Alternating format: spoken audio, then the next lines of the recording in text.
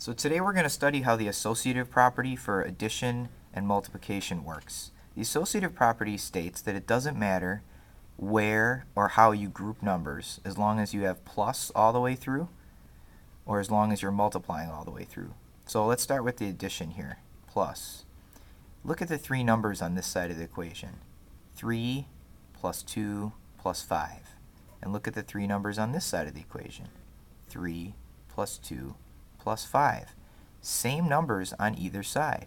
The only difference is these two numbers are grouped together, 3 plus 2, and on this side, these two numbers are grouped together, 2 plus 5. So let's see if it makes a difference here. We're going to group 3, 2, 3, plus 2 together. And what's 3 plus 2? 5. Then we're going to add an extra 5. 1, 2,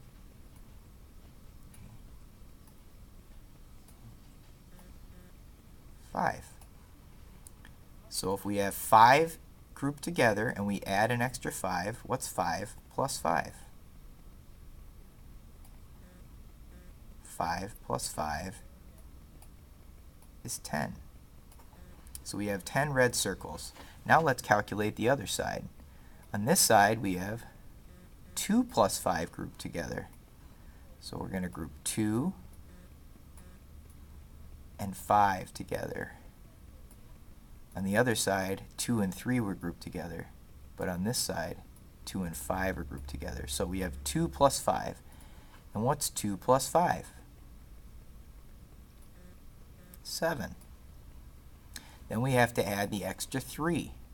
So we've got 7 here, and then we're going to add the extra 3. 1, 2, 3. So if we have 7 in this group and 3, what's 7 plus 3 or 3 plus 7? 10. So no matter whether we're doing 3 plus 2 first and making 5 and then adding the extra 5, or whether we're doing 2 plus 5 first and getting 7 and adding the extra 3, the associative property states that no matter how numbers are grouped, you still get the same answer. Now let's check out multiplication here. This says 3 times 2 is together, and then you multiply by 5. And this side of the equation says 2 times 5 are grouped together, and you multiply by 3. So let's see if it makes a difference how they're grouped. I'm going to make 3 groups of 2 here. 3 times 2. Here's a group of 2. Here's a group of 2. And here's a group of 2. So 3 times 2. And what is 3 times 2? 6 circles. Then I'm going to multiply it times 5, because we did 3 times 2 here, but then we have to multiply it by 5. So what is 6 times 5?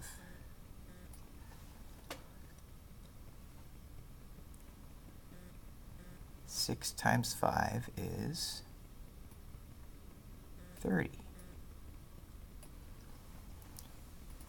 Let's see if we get the same answer on the other side. This time, instead of grouping 3 groups of 2, we're going to group 2 groups of 5 first.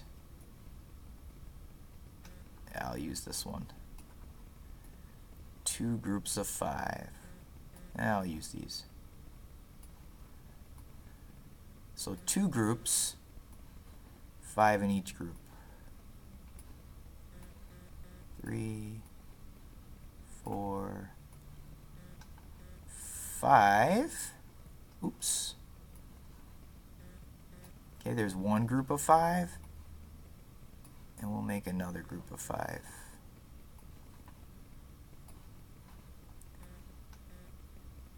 3, 4, 5. Okay, so 2 groups of 5, and what is 2 times 5? 10. Okay? And then we're going to multiply this 10 times 3. And what's 10 times 3? Or 3 times 10?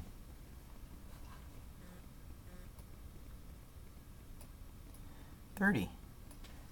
So no matter how you look at it, whether it's with all addition or all multiplication, the associative property states that regardless of how you group the numbers, whether it's three groups of 2 or 2 groups of 5, as long as the numbers are the same, you're going to come up with the same answer on either side of the equation. Okay, that helps a lot when you're solving problems with parentheses and grouping.